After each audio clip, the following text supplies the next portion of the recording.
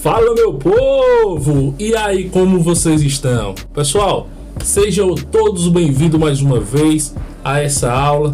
Meu nome é João Paulo Dino, sou professor de Direito Penal e Processo Penal e sei exatamente o que você está sentindo, sei exatamente o que você está passando e eu estou aqui para lhe ajudar nessa caminhada difícil, mas com certeza, com fé em Deus, iremos chegar à sua aprovação. Mas antes, eu convido vocês a seguir nosso Instagram, Direito Tabelado Revisa 44, e também a se inscrever nesse canal, e comentar, falar o que vocês estão sentindo, falar qual o objetivo que vocês querem alcançar. Estou aqui para lhe ajudar e com certeza iremos conseguir. Porque a sua aprovação começa aqui e agora.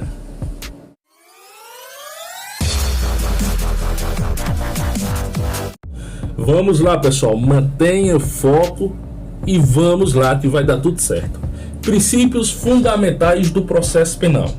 Aqui, pessoal, eu peço a vocês que vocês prestem bastante atenção, porque os princípios fundamentais irá reger o processo penal do começo até o final.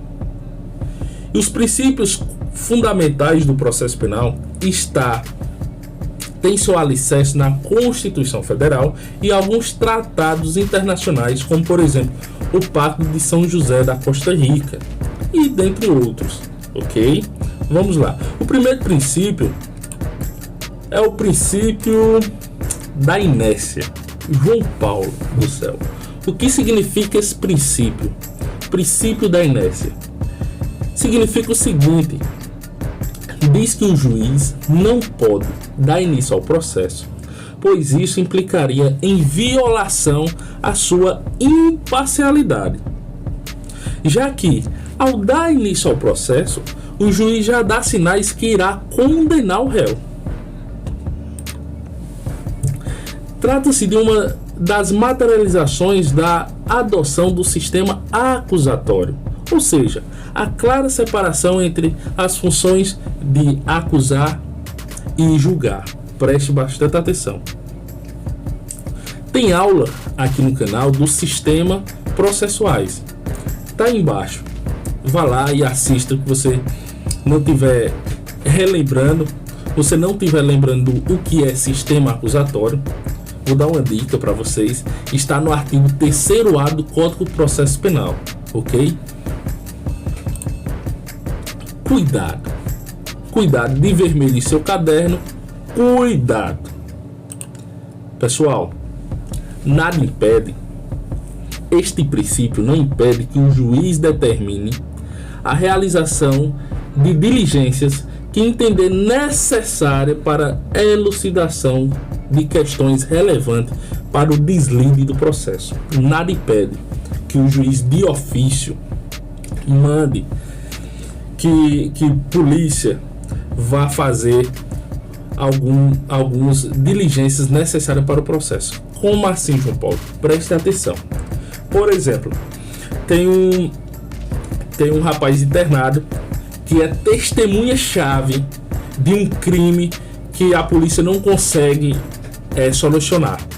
Portanto, já que o rapaz está lá, que é testemunha do caso, e está lá doente no hospital, o juiz pode pedir de ofício que o delegado faça a oitiva dele, oitiva dessa testemunha, ou uma oitiva em audiência.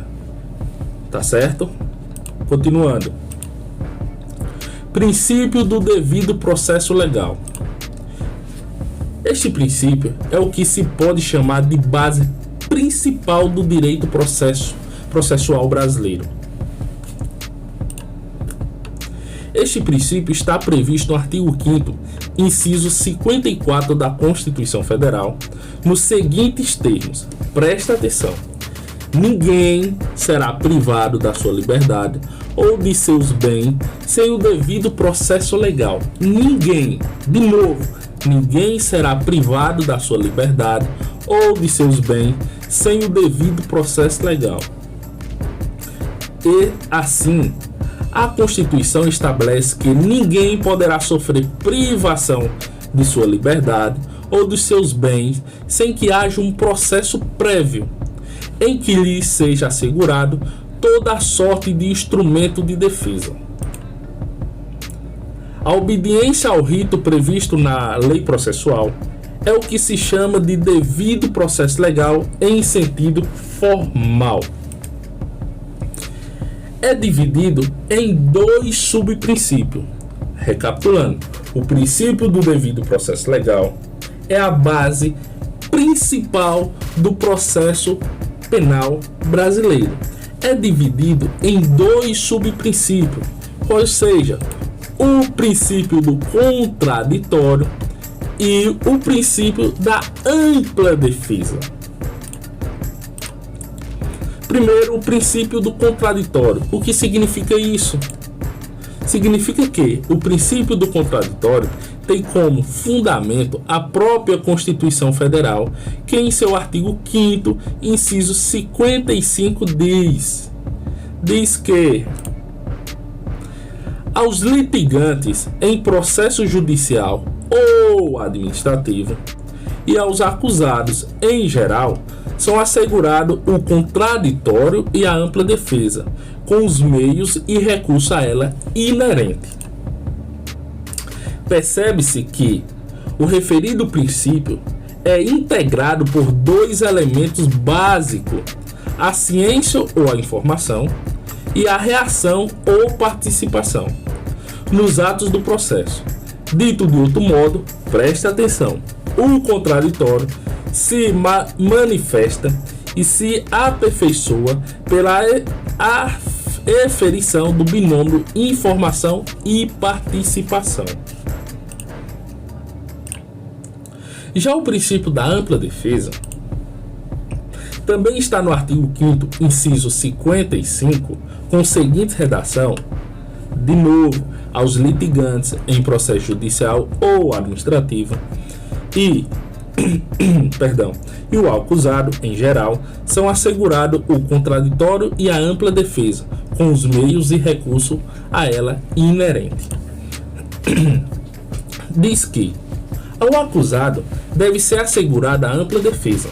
Significa reconhecer que a ele serão disponibilizados todos os meios e recursos cabíveis para que, de fato, se defenda das acusações e que lhe estão sendo imputadas.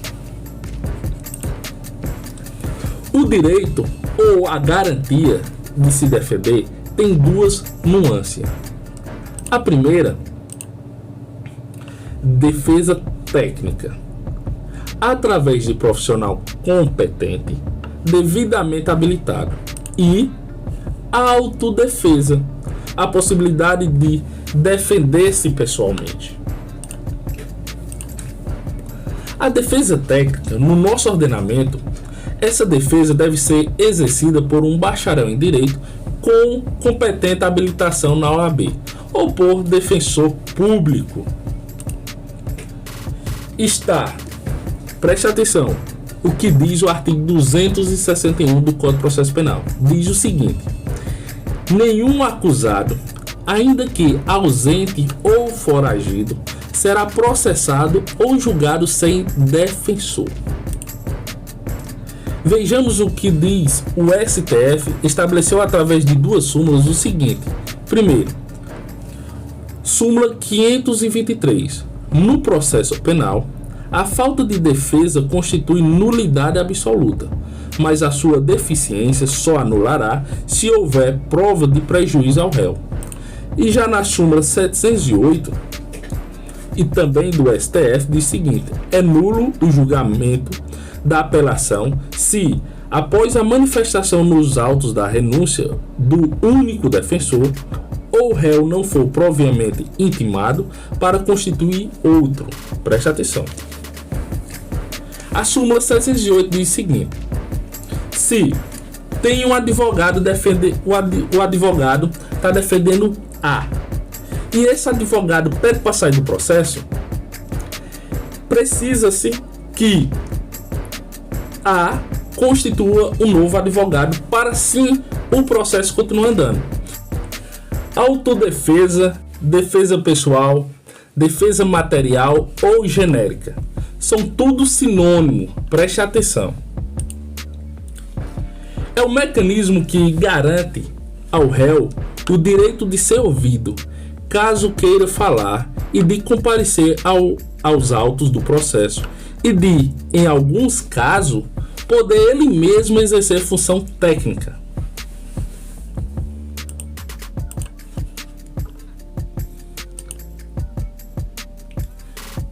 Pois, ao se tratar de defesa pessoal, fale-se que pode ser subdividida em direito à audiência, direito de presença e capacidade postulatória autônoma de acusado.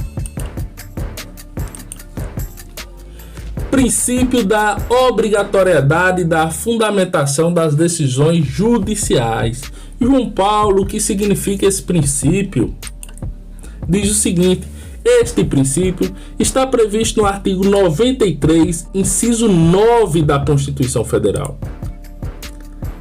Artigo 93. Lei complementar de iniciativa do Supremo Tribunal Federal disporá sobre o Estatuto da Magistratura, observando os seguintes princípios.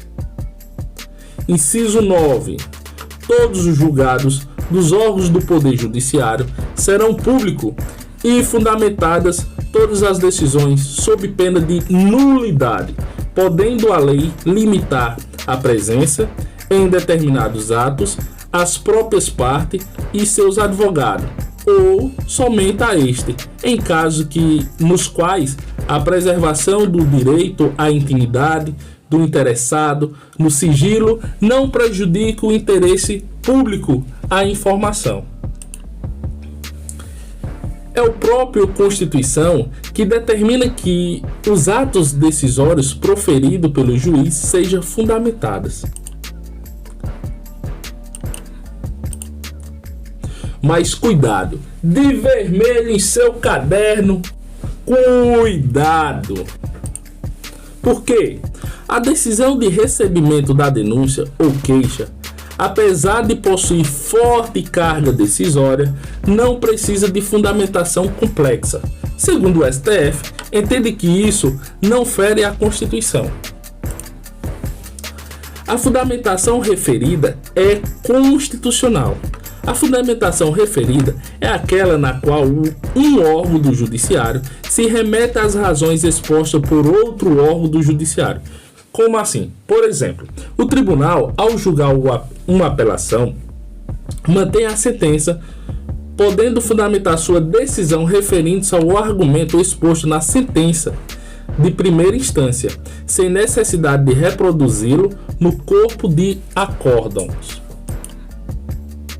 As decisões proferidas pelo tribunal do júri não são fundamentadas, pois os jurados, não possuem conhecimento técnico, proferido seu voto conforme a sua percepção de justiça indicada.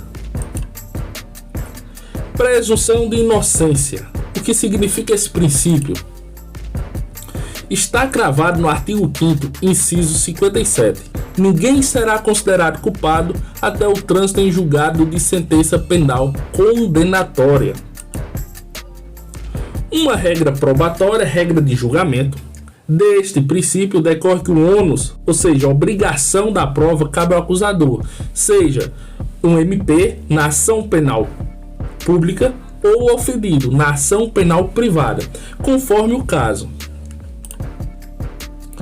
E uma regra de tratamento. Deste princípio decorre ainda que o réu deve ser a todo momento tratado como inocente.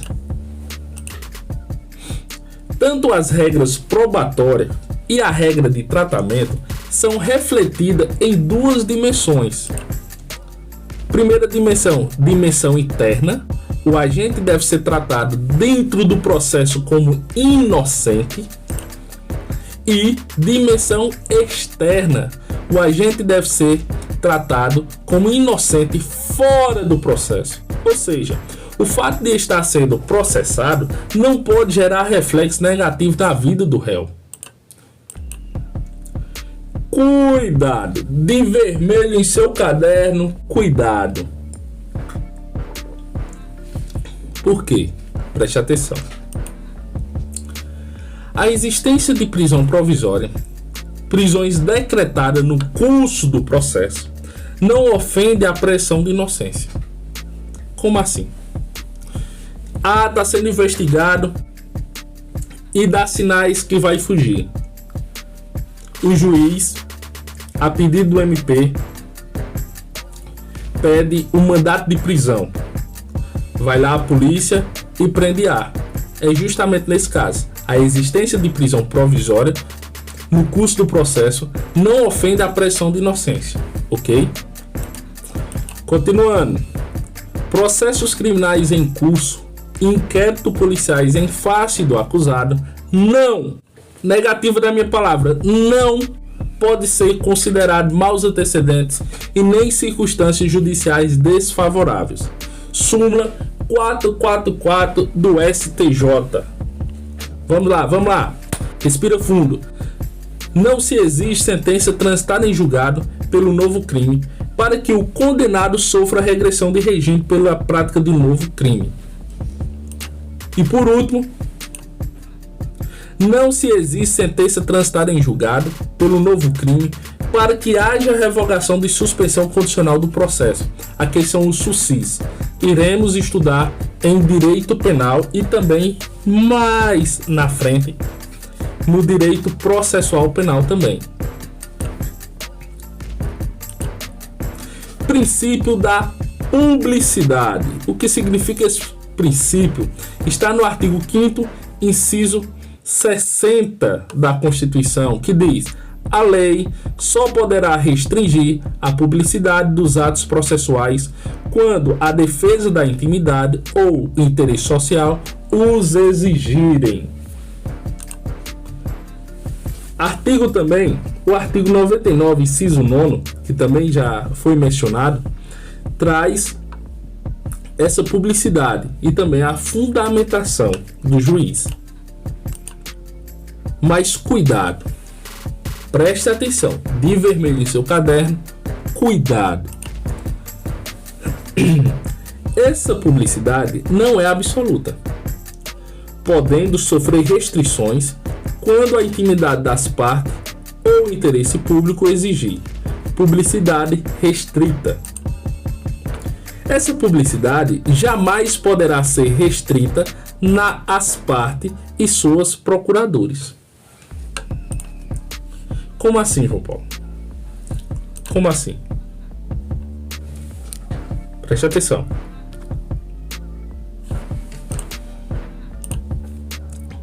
Essa publicidade, em regra, é pública para todo mundo. Porém, a publicidade não é absoluta. Pode sofrer algumas restrições.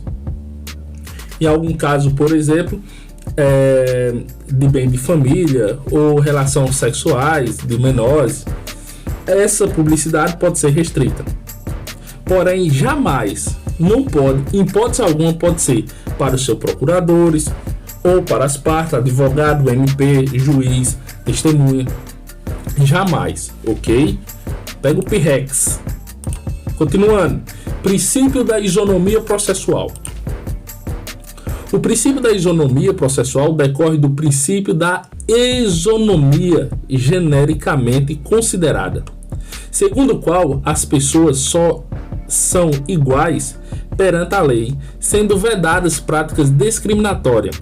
Está previsto no artigo 5º da Constituição, que diz: todos são iguais perante a lei, sem distinção de qualquer natureza, garantindo-se aos brasileiros e aos estrangeiros residentes no país a inviolabilidade do direito à vida, à liberdade, à igualdade, à segurança e à propriedade nos termos seguintes da Constituição.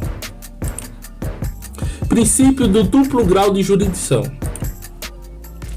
Este princípio estabelece que as decisões judiciais devem estar sujeitas à revisão por outro órgão judiciário, embora não esteja expresso na Constituição. tem previsão expressa no Pacto de São José da Costa Rica, Convenção Americana de Direitos Humanos, ratificada pelo Brasil. Há exceções, que são os casos de competência originária do STF. Por quê? Porque o STF é a Corte Suprema do Brasil. Se o processo está no STF, não tem como ir para outra instância, porque o STF é o fim. É a corte mais alta do Brasil. Princípio do non bis idem. Por este princípio, entende-se que uma pessoa não pode ser punida duplamente pelo mesmo fato. Além disso, estabelece que uma pessoa não possa sequer ser processada duas vezes pelo mesmo fato. Exemplo: José foi processado pelo crime X. Todavia, como não havia prova, foi absolvido. Tal decisão transitou em julgado, tornando-se imutável. Todavia, 2 meses depois, surgiram provas de culpa de José. Nesse caso, José não poderá ser processado novamente. Mas cuidado, de vermelho em seu caderno. Cuidado, preste atenção pelas 10 chagas de seu Zé Valentim. Preste atenção. Primeiro, uma pessoa não pode ser duplamente processada pelo mesmo fato, quando já houve decisão capaz de produzir coisa julgada material. Ou seja, a imutabilidade da decisão, condenação, absolvição, extinção da punibilidade, etc. Quando a decisão não faz coisa julgada material, é possível novo processo. De novo, quando a decisão não faz coisa julgada material, é possível novo processo. Exemplo: extinção do processo pela rejeição da denúncia, em razão do descumprimento de uma mera formalidade processual. Preste atenção.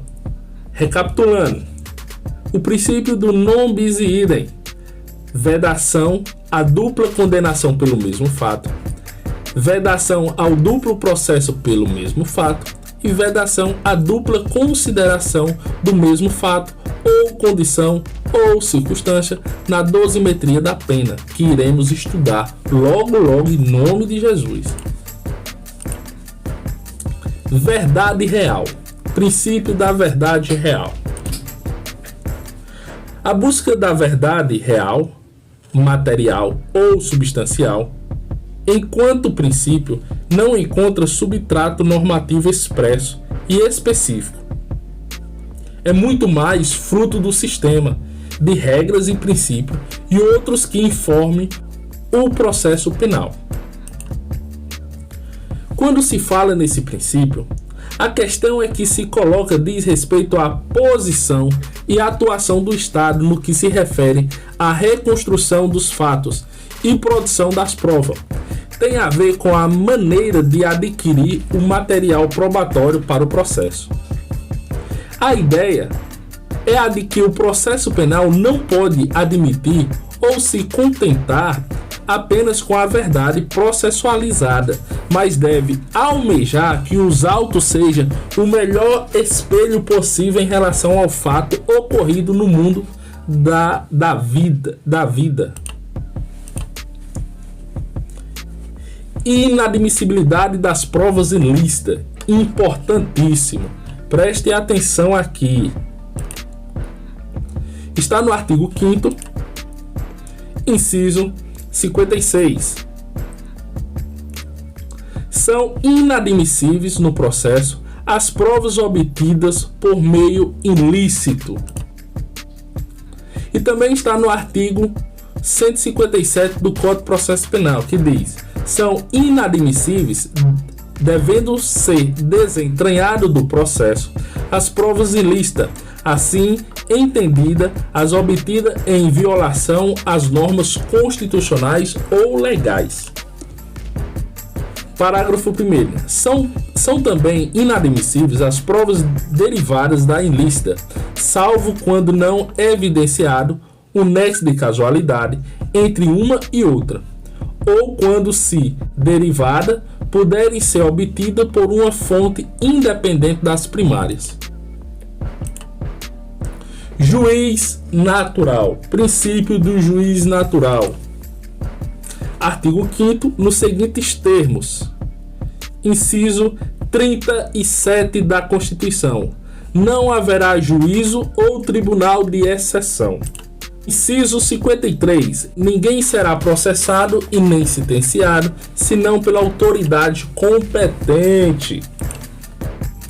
A ideia é que o autor do crime só poderá ser processado e julgado perante o órgão que o ordenamento jurídico, com primazia para a Constituição, atribuiu competência de forma institucional e não pessoalizada. Tem como premissa a condição de que a lei não pode criar órgãos jurisdicionais e nem distinguir magistrado específico para o julgamento de pessoa ou fato determinados.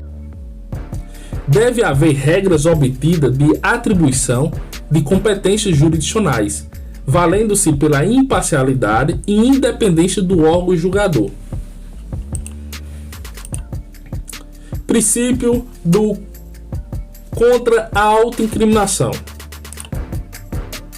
Esse princípio encontra-se implantado no Brasil através do seguinte procádio: nemo tenetur sine tegere. Nemo tenetur sine tegere. Está também no artigo 5º, inciso 63. O preso será informado do seu direito, entre os quais o de permanecer calado. Dá um susto na garganta. Compreende-se como uma prerrogativa de toda a pessoa, suspeito, indiciado ou réu, sobre quem recai ou pode recair uma acusação, de não se entregar enquanto possível culpado. Não se pode forçar a confissão, não se pode compelir a falar, não se pode exigir que o contribui com provas incriminadoras, dentre outras situações. Princípio da proporcionalidade. Não tem previsão expressa na Constituição. Decorre do Estado de Direito, do devido processo legal em sentido substancial, da própria estrutura dos direitos fundamentais do caráter objetivo do direito humanos. Subprincípio da razoabilidade. É dividido em necessidade, adequação e proporcionalidade em sentido estrito. E por último, pessoal, peço a vocês que mantenham-se firme na jornada de estudo e eu vou passar, eu vou ser aprovado, ok?